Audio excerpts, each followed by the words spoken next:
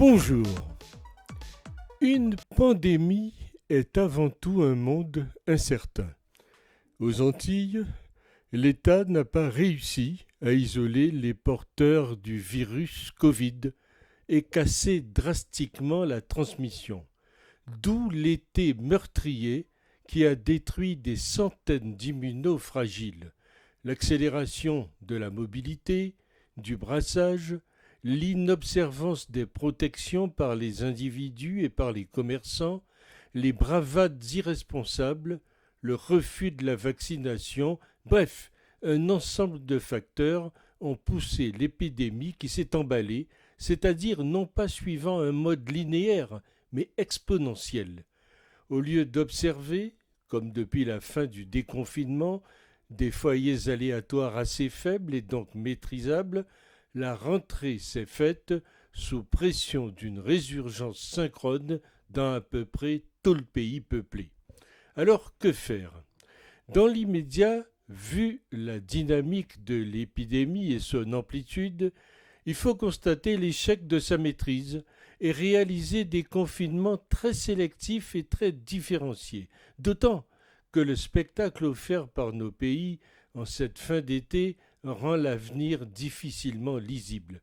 La vaccination peine à convaincre, l'immunité collective reste un objectif difficile à atteindre et par conséquent, en plus des contaminations, ce sont également les tensions dans les services de réanimation qui flambent.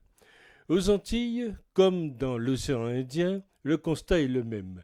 Il règne une défiance quasiment culturelle vis-à-vis des vaccins. Beaucoup de Martiniquais et de Guadeloupéens, voire de Guyanais, doutent du vaccin, le considérant uniquement comme expérimental et se demandant quel est l'intérêt de se faire vacciner, puisque cela n'empêche pas totalement de contracter le virus ni d'être contagieux.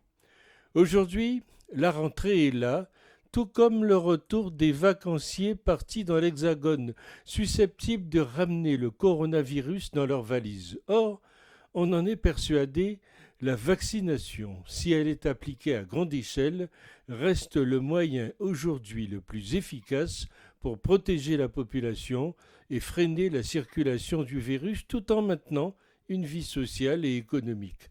La saturation gagne aussi la morgue. À côté des hôpitaux, des containers réfrigérés permettent d'accueillir de nouveaux corps. Bonjour tristesse.